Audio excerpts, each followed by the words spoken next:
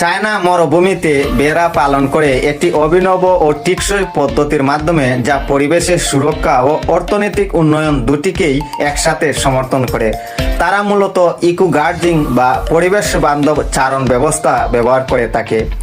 মরুভূমিতে পূর্ণ উদ্ধার বেড়ার ভূমিকা চীনের উত্তর পশ্চিমাঞ্চলে যেমন লিংশিয়া, ইনোর, মঙ্গোসিয়া, গানসু প্রভৃতি এলাকায় মরুভূমিতে দ্রুত বিস্তার হচ্ছিল।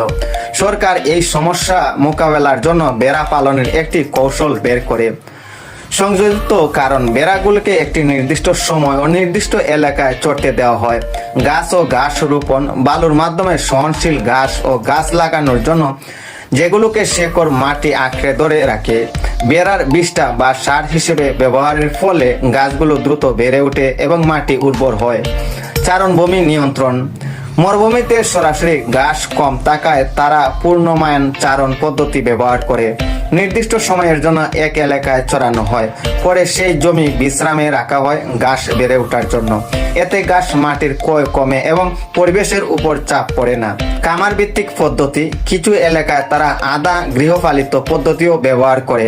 মরুভূমির প্রান্তে কৃত্রিম চারণভূমি তৈরি করা হয়, পানি এবং ঘাস কৃত্রিমভাবে সরবরাহ করা হয়। ড্রিপ ইরিগেশন, হাইড্রোপনিক ঘাস ইত্যাদি।